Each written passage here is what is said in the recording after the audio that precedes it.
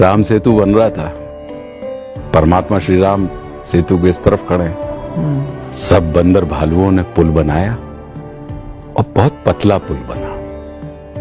अब पतला पुल बना, उनको लगा कि इतनी बड़ी सेना इस पतले पुल से कैसे पार जाएगी और जा पाएंगे कि नहीं जा पाएंगे, कहीं ऐसा ना हो कि टूट जाए। तो मर्यादा पुरुषोत्तम श्री राम, उन्होंने कहा कि सबसे पहले मैं चलूंगा।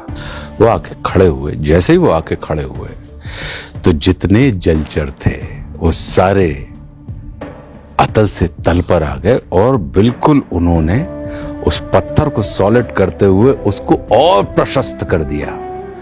और देखते देखते सारे जलचर और सारी लोगों ने देखा कि यार कहीं ऐसा ना हो कि ये अभी तो ऊपर आए हैं, पैर रखें और हम डूब जाएं। लेकिन परमात्मा श्री राम चलते चले गए और पूरी सेना उस चौड़े पुल से पार हो गई।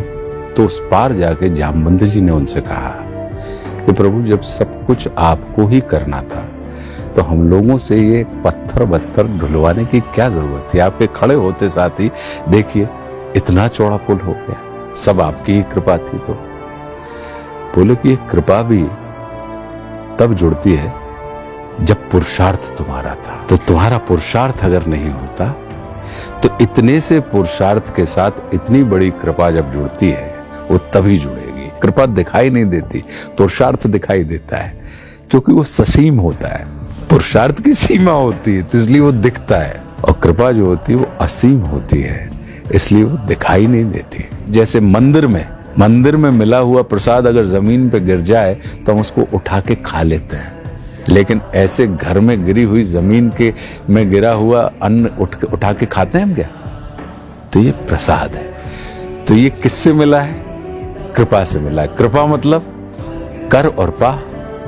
कौन?